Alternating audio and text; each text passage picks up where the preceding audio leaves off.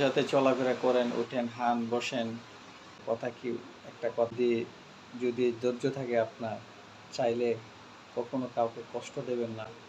মানুষের মনে কষ্ট দেওয়াটা ভাই নিতান্ত এটা একটা খুবই একটা খারাপ জিনিস।